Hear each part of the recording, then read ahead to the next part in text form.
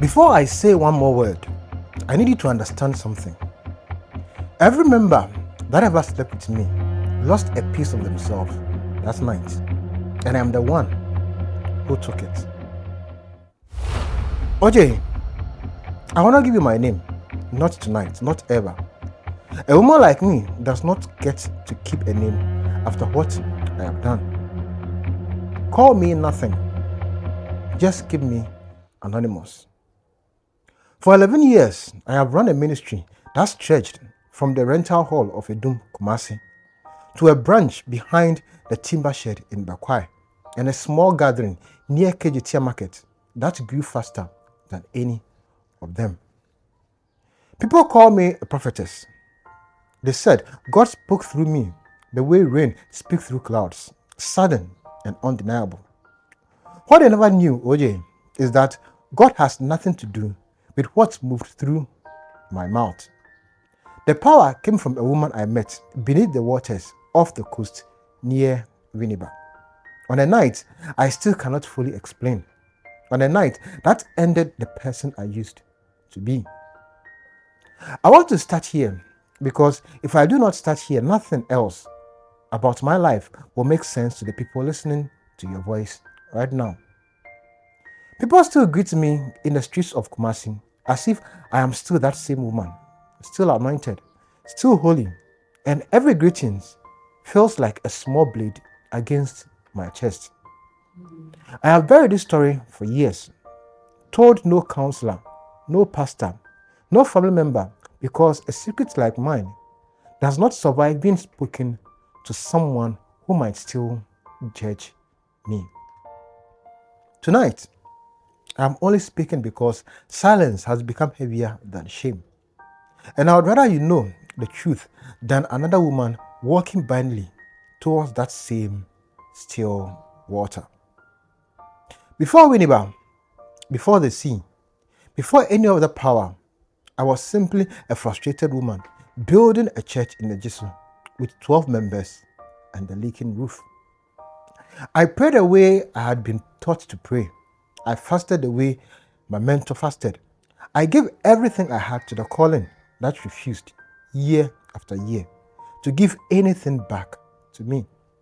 I watched younger pastors from our square open branches in Accra within 18 months. I watched women I had trained fill stadiums, while my own hall in Ejisu stayed half empty on a good Sunday. The disappointment did not arrive all at once.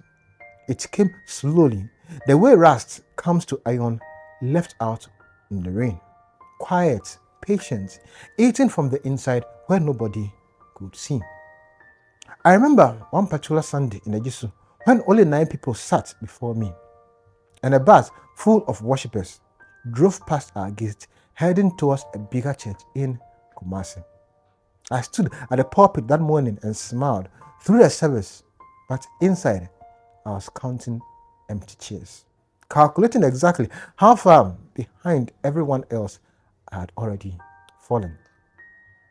I began attending conferences outside Ejisu just to study the pastors who were succeeding, watching how they moved, how they spoke, searching for whatever secret ingredients I believed was missing. None of the conferences gave me answers. They only sharpened the hunger, because every testimony of breakthrough I heard on stage reminded me of the breakthrough I still needed to have. By the time my mentor, a man from Bantama, who had guided me since I was a young evangelist, noticed the hunger in my eyes, it had already taken root.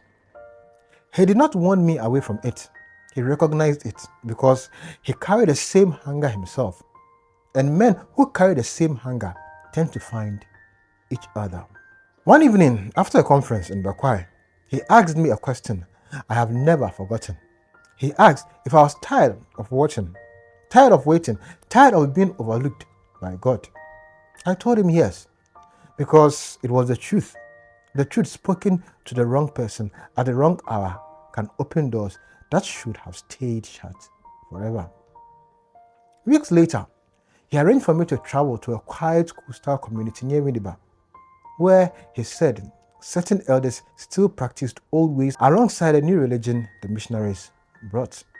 I want to be careful here, OJ, because I am not accusing every church, every elder, or every coastal community of what happened to me.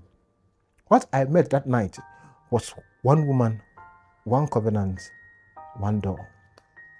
We arrived at night. The ocean sounded different there, heavier, as if it were breathing rather than simply moving. My mentor left me alone on the sand and told me to wait. I waited until the water in front of me stopped moving completely, until the waves that had been crashing only minutes earlier went still, flat, silent, like glass laid over something enormous. A woman walked out of that stillness dressed in white cloth that did not get wet. She knew my name before I gave it. She knew my frustrations before I spoke them aloud. She told me things about my own childhood that I had never said to another living person, not even in prayer, not even in the quiet of my own room at night. I followed her into the water because fear at that moment was smaller than my hunger for significance. That is the truth, OJ, and I will not soften it for anyone to listen.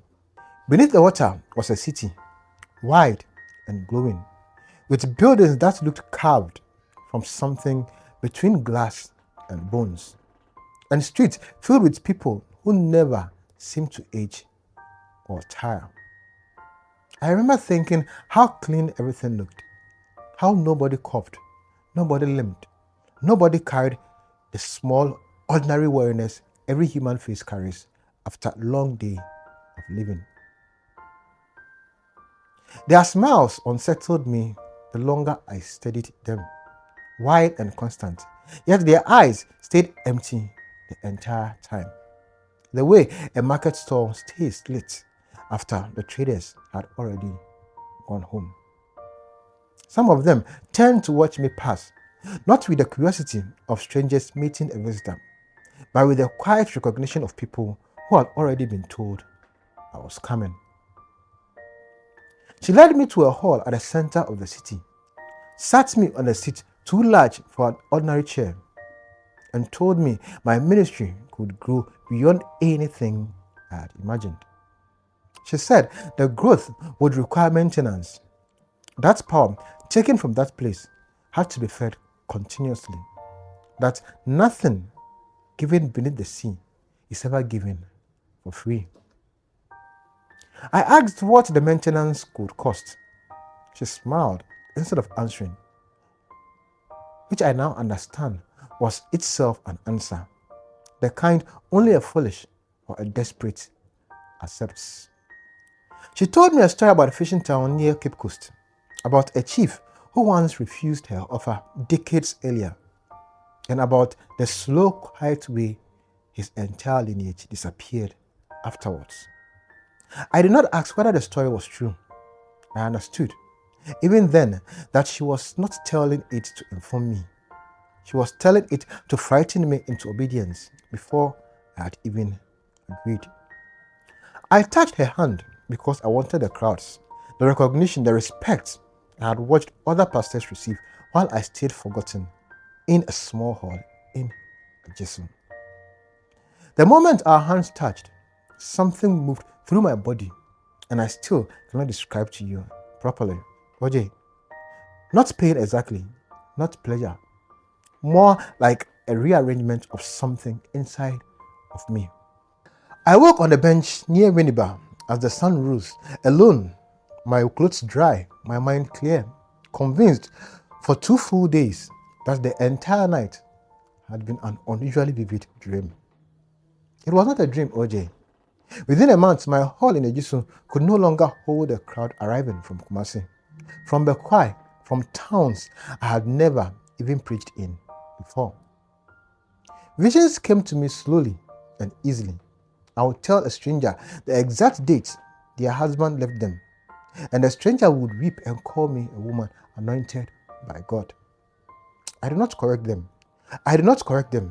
Because correcting them would have meant admitting where the visions actually came from and admitting that would have meant losing everything I had just gained. The dreams of the woman in white returned within weeks, always at night, always the same message, that the covenant required feeding, that feeding required people close to me. She never used ordinary language, OJ. She spoke in riddles about closeness, about connections, about certain members carrying something my ministry needed. And I understood exactly what she meant without her saying it plainly. The first time it appeared was with a young man from the Bekwai branch who had come to me for deliverance from a spirit he believed was tormenting his family. I told myself I was helping him. I told myself the closeness was part of the deliverance process. I have replayed that lie in my head more times than I can count, OJ. After that night, my prophecies about his life became frighteningly accurate. And he told everyone in Bekwai that the prophetess had a gift stronger than any pastor he had known before. Word of that accuracy traveled past along the trotro routes between Bekwai and Kumasi, and within a month, strangers from Boise were arriving at my Ejisu hall, asking for the same private prayer sessions. There was a woman amongst them from Obuasi, married, respectable, who came seeking prophecy about a business deal her husband was considering, and who left our private session carrying far more than an answer. She returned every month after that, always alone, always insisting on privacy, and I watched her marriage strain under a closeness her husband could sense, but never quite name or prove. I told myself these were separate incidents each time, unrelated, unrepeatable. And each time I told myself that, the woman in white appeared again in my dream, patient and satisfied. That accuracy became the pattern. Every member I drew close to, every boundary I crossed in private rooms, away from Ejisu, away from Edum, away from anywhere familiar faces might see us. Each encounter sharpened something inside me and told something else, until I could no longer clearly separate the woman who once prayed with a leaking roof over her head from the one standing before crowds now. Some of them were men from a Sokwa gathering who came seeking healing. Some were women from Kumasi who came seeking prophecy about marriage, about children, about futures they were desperate to control. None of them knew what I was taking from them in those private hours. None of them understood that the intimacy was never about them at all, only ever about what fed the covenant beneath the sea. I traveled constantly, OJ, using ministry assignments as cover, moving between Ejisu and Bekwai and Kejetia and smaller towns near Kumasi, arranging quiet meetings far from anyone who might recognize a pattern. The double life exhausted me in ways preaching never had. I would stand before a congregation on Sunday morning, hands raised, voice trembling, with what they believed was a Holy Spirit, and felt nothing but dread. One evening in Tema, a husband followed his wife to a guest house where I had arranged to meet her, and only while thinking on my part kept the truth from unraveling that night. I drove back to Kumasi shaken, certain my ministry was about to collapse in scandal. And yet, by the following Sunday, my hall in Ejisu was fuller than it had ever been. That contradiction frightened me more than the near discovery itself, because it proved the covenant did not care how close I came to winning, only that the feeding continued on schedule. There were nights I looked in the mirror in my room in Udum, and I didn't recognize the face staring back, hollow around my eyes, tired in a way sleep could no longer fix. Whenever I considered stopping, the fear of losing everything, the crowd, the offering, The respect strangers gave me on the street pulled me back towards the same private room, the same quiet arrangements. By then, OJ, I understood something terrifying. I was no longer the one controlling the covenant. The covenant had learned to control me, and it fed on my obedience the way wire feeds on dry wood. I tried once to refuse an instruction quietly, without telling anyone, simply by avoiding the member she had pointed me towards for an entire month, hoping the pressure would eventually pass. Within that month, my prophecies began failing publicly. For the first time, my visions turned foggy and wrong, and members who once trusted me completely began whispering that my gift was fading. I gave it again before the months ended, terrified of losing everything I had built. And the moment I did, the visions turned sharp and accurate, as if nothing had ever slipped. That was the moment I finally understood there was no version of this arrangement where I remained in control. Only versions where I obeyed quickly or obeyed slowly and paid either ways. My mentor, the man from Bantama who first led me to Winneba, began to change during those same years, growing thinner, more anxious, jumping at sounds no one else in the room could hear.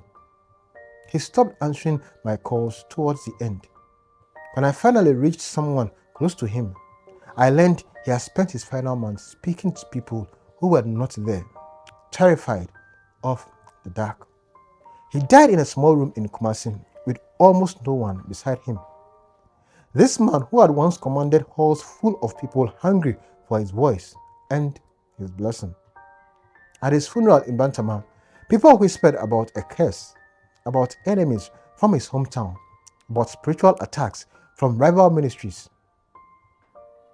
And not one of them guessed the true source of his suffering.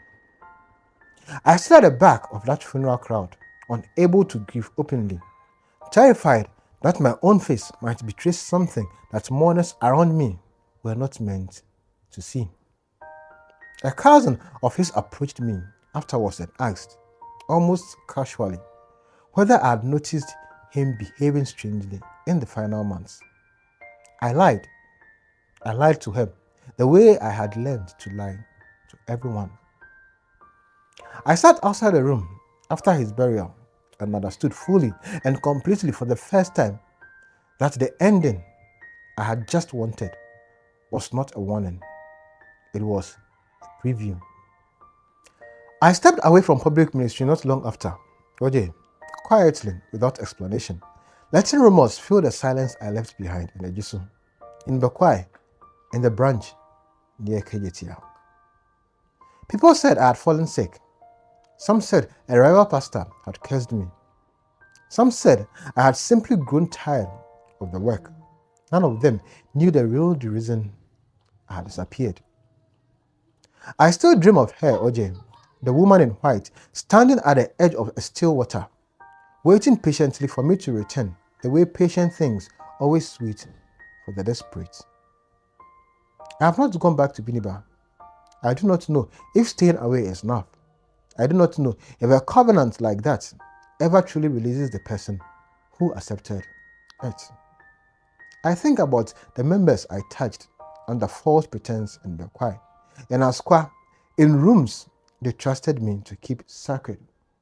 And I do not know how to undo what was already taken. I am not telling you this confession tonight for sympathy, OJ. I am telling it because somewhere out there is another frustrated woman standing in a small hall with a leaking roof praying for a shortcut.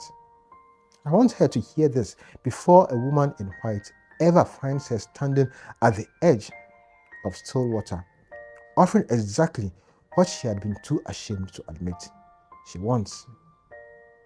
I cannot tell you how my story ends, OJ, because I do not know yet. Some nights the dreams are quiet, other nights the water is still, and I know she's still waiting.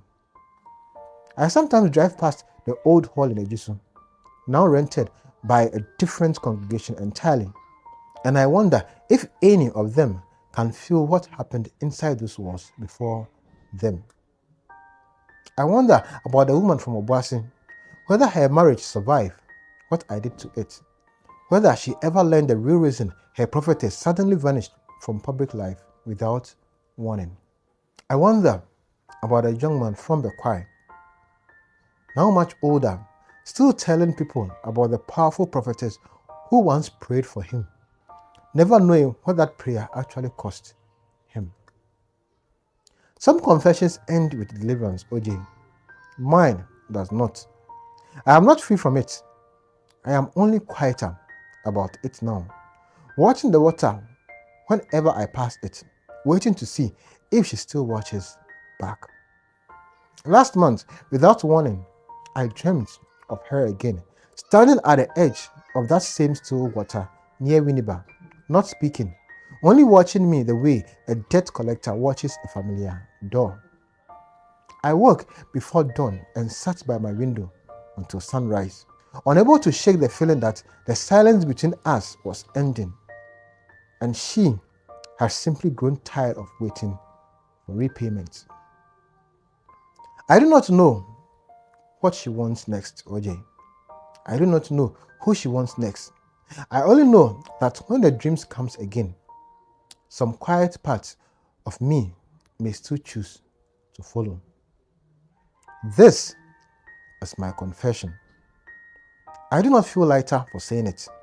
I only feel like a woman still walking towards water she has not yet found the courage to stay away from.